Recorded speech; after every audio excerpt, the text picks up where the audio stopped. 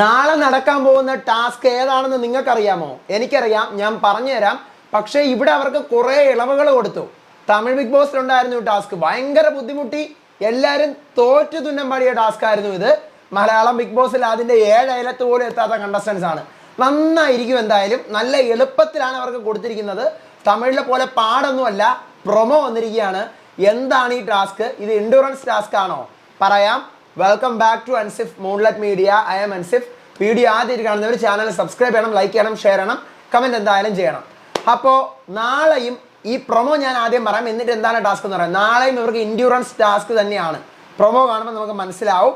ചവിട്ട് നാടകം എന്ന് പറഞ്ഞിട്ട് ആക്ടിവിറ്റി ഏരിയയിൽ ഒരു സീസ പോലത്തെ ഒരു പലക പോലത്തെ അങ്ങോട്ടും ഇങ്ങോട്ടും ആടുന്ന ഒരു പലക പോലത്തെ ഒരു പലകയുടെ ഒരറ്റത്ത് ഒരു പൂച്ചട്ടിയും ഒരു ഫ്ലവർ വൈസും മറു അറ്റത്ത് കുറച്ച് പടികൾ കയറി വന്നിട്ട് ചവിട്ടി നിൽക്കണം. മാക്സിമം സമയം നിൽക്കാനുള്ള ആള്, മാക്സിമം സമയം നിൽക്കുന്ന ആൾ ജയിക്കും. അങ്ങനെ ആയിരിക്കും, അത് പറയുന്നില്ല, ഈ സീന് മാത്രമേ കാണിക്കുന്നുള്ളൂ. ഇനി ഈ സെയിം ടാസ്ക് തമിഴിൽ വന്നിട്ടുണ്ട്. സീസൺ 7 ഡേ 53 ഭൂകമ്പം ടാസ്ക് ആയിട്ടാണ് വന്നിരിക്കുന്നത്. 10ൽ 6 പേര് ജയിച്ചു കഴിഞ്ഞാൽ ജയിക്കുമെന്ന് പറഞ്ഞിട്ട് വന്നൊരു ടാസ്ക് ആയിരുന്നു. ഈ ടാസ്ക് അതിനകത്താണ് കട്ടിയാക്കി കൊടുത്തിരിക്കുന്നത്.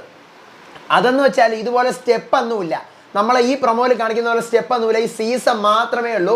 ഈ സീസ ഇങ്ങനെ ഇരിക്കും. സീസ അറിയാമല്ലോ, ഇങ്ങോട്ടും ആടും ഇങ്ങോട്ടും ആടും, രണ്ടിടത്തോടും പോകും. ഈ സീസയുടെ ഇവിടെ നമ്മൾ ചവിട്ടി പിടിച്ചുകൊണ്ട് തറയിൽ ഈ സീസ താഴെ തട്ടാൻ പാടില്ല. നമ്മുടെ കയ്യിലൊരു സ്റ്റിക്ക് തരും. ഈ സ്റ്റിക്ക് ഉപയോഗിച്ച് നമ്മളത് ഇങ്ങനെ അടിക്കുന്ന സാധനം ഉണ്ടല്ലോ, എൻ്റെ പേരെനിക്കറിയത്തില്ല, ഇങ്ങനെ അടിക്കുന്ന സാധനം, ഈ സാധനത്തിന് ഒരു സ്റ്റിക്ക് ഉപയോഗിച്ച് നമ്മളിങ്ങനെ പൊക്കിയെടുത്ത് ഈ സീസ ഉണ്ടല്ലോ, സീസയുടെ ഒരറ്റത്ത് വയ്ക്കുമ്പോൾ വെയിറ്റ് അങ്ങോട്ട് പോകും. അതിൻ്റെ മുകളിൽ അടുത്തത് അതുപോലെ എടുത്ത് അടുക്കണം. അതിൻ്റെ മുകളിൽ അടുത്ത് അങ്ങനെ 5 എണ്ണം അടിക്കതെ ഇങ്ങനെ നിർത്തണം ചവിട്ടിക്കൊണ്ട്.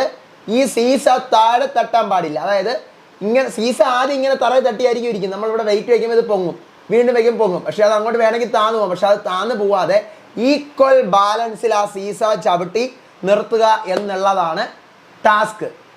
ഇൻഡ്യൂറൻസ് ടാസ്ക് ആയിരുന്നു തമിഴിൽ ഇത് ഇൻഡ്യൂറൻസ് ടാസ്ക് ആയിരുന്നില്ല. മലയാളത്തിൽ, കാരണം അത് ഭൂകമ്പത്തിലാണ് വന്നത്. അപ്പം മലയാളത്തിൽ ഇത് ഇൻഡ്യൂറൻസ് ടാസ്ക് ആയിരിക്കും. മാക്സിമം സമയം ആരാണോ നിൽക്കുന്നത് അവർക്ക്. മാത്രമല്ല ഇവർ സ്വന്തമായിട്ടാണ് ഈ കട്ടകളൊക്കെ എടുത്ത് വെക്കേണ്ടിയിരുന്നത് തമിഴിൽ. പക്ഷേ ഇവർക്ക് എനിക്ക് തോന്നുന്നു സ്വന്തമായിട്ട് എടുക്കാൻ പറ്റത്തില്ല, കാരണം ഫ്ലവർ വൈസ് അല്ലേ. ഇപ്പോൾ ഫ്ലവർ വൈസ് ഇട്ട് കൊളുത്തുകൊണ്ടൊന്നും എടുക്കാൻ പറ്റത്തില്ല. അപ്പോൾ എന്തായാലും വേറെ ആരെങ്കിലും എടുത്ത് അവിടെ വെച്ച് കൊടുക്കുമായിരിക്കും.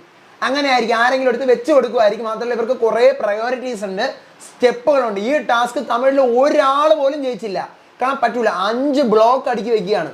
5 ബ്ലോക്ക് അടുക്കി വെച്ചത് കാലുകൊണ്ട് ചവിട്ടി ഒട്ടും പറ്റാത്ത സാധനമാണ്. നമുക്ക് നോക്കാം നാളെ ലൈവിൽ ആര് ജയിക്കും എന്നുള്ളത്.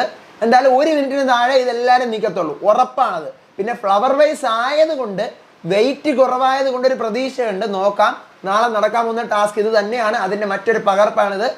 ബാക്കി വിശേഷങ്ങളും ഇന്ന് രാത്രിയിലത്തെ എപ്പിസോഡ് റിവ്യൂ ആയിട്ട് ഞാൻ വരാം. അപ്പോൾ അതുവരേക്കും ബൈ ആൻഡ് ടേക്ക് കെയർ.